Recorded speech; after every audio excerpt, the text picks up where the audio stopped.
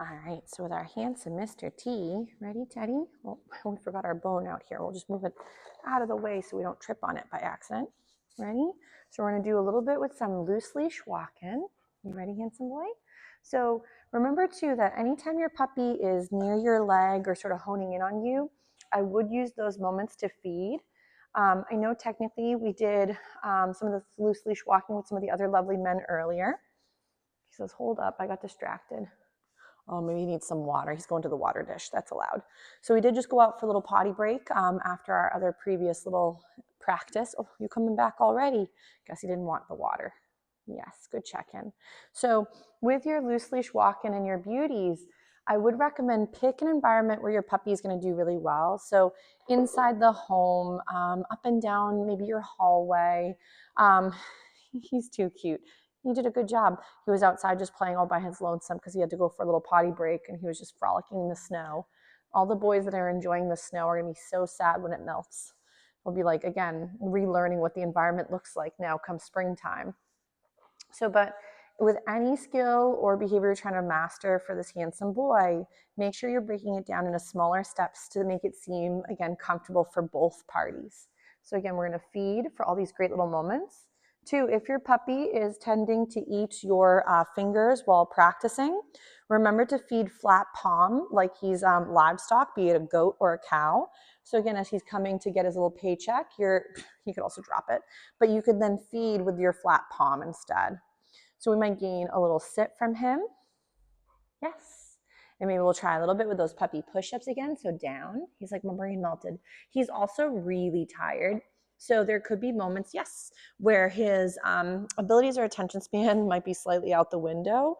We were practicing for quite a while earlier. I didn't realize how long. So sometimes the videos do vary in lengths. I'm trying to get better about managing my time frame, but sometimes I get into a little spiel and I forget where I am. So right here, yes. So I'm just feeding for this lovely coming into my space and checking in. Right now, he's maybe going to go and work a little bit with his chew toy, which is fine.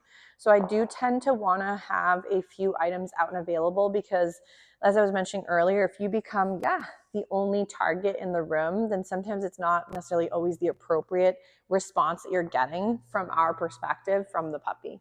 So right here, we might go yes and feed for that check-in. So I'm going to see if I can send him away. He's like, hold up, I dropped a snack.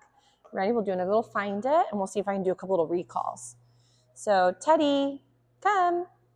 Yes, nice job. So again, when working with him, I do recommend, especially for the little guys or gals, is to rotate through a few different skills. So Teddy, come. Oh my gosh, chewing.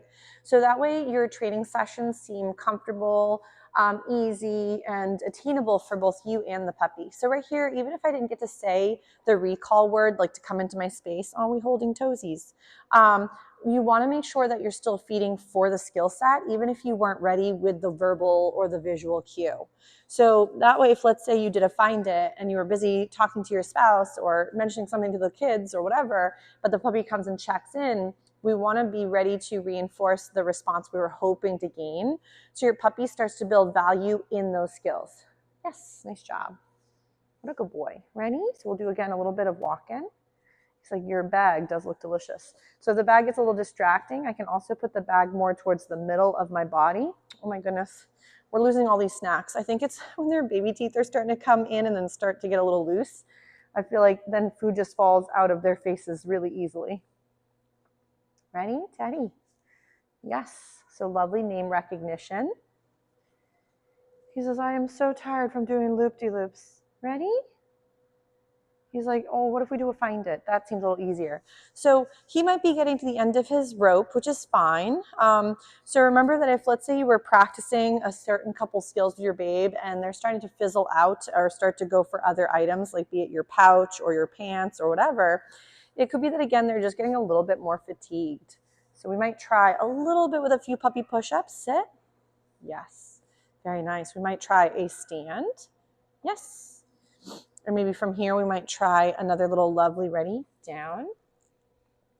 He's like, oh my goodness, what a good job. Such a smart boy. So sometimes you can feed directly to him, or if it's a down, you can sometimes feed between his front feet to help the food be low and keep him there. But then we might go into a stand. Yes. What a good job.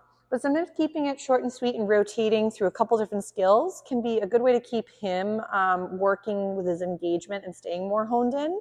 Oh my goodness, chewing was hard. You got it okay? Goodness me. Ready? We'll do a little sit. Yes, good job.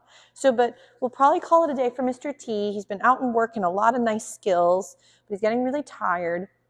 So we'll do a little find it. We'll give him a little break.